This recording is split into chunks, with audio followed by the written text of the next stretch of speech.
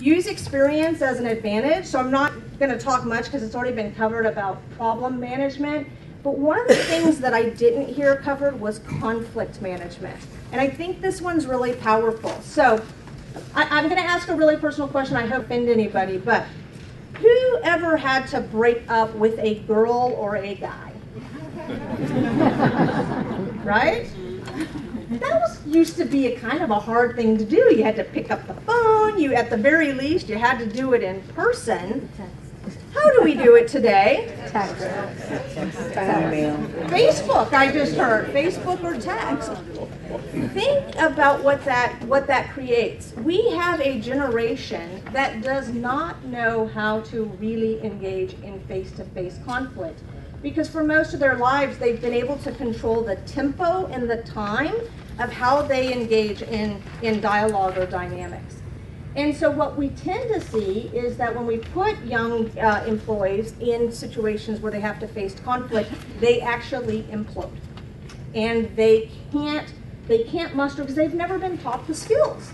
It's just not something that they've experienced or built the skills. And I think that is a really powerful thing, especially when you talk about 4 generations in the workplace, having people get along. You got global perspectives that are starting to really kind of permeate into organizations. Conflict management is actually something that is really, really important.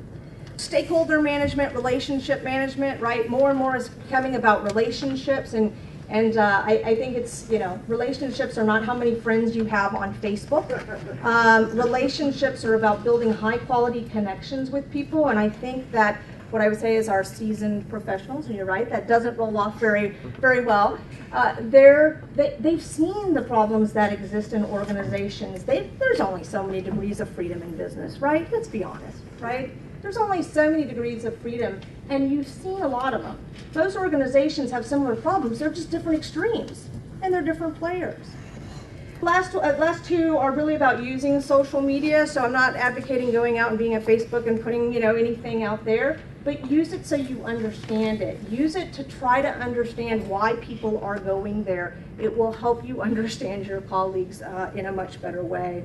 Demonstrate your ability to be flexible. And so I heard a lot about being flexible around pay or around career choice or the type of job, but I think an important piece is, can you tell somebody that you're actually able to help people collaborate? Can you help people facilitate through a problem? That's really powerful, because instinctively what happens when generations get in the workplace, as we heard, you got the one guy saying, yep, you need to do it like this, or you can't do that. And the reality is what we need to do is have people who can bridge the gaps, work across the generations, and ensure we get the most diverse perspectives to the forefront.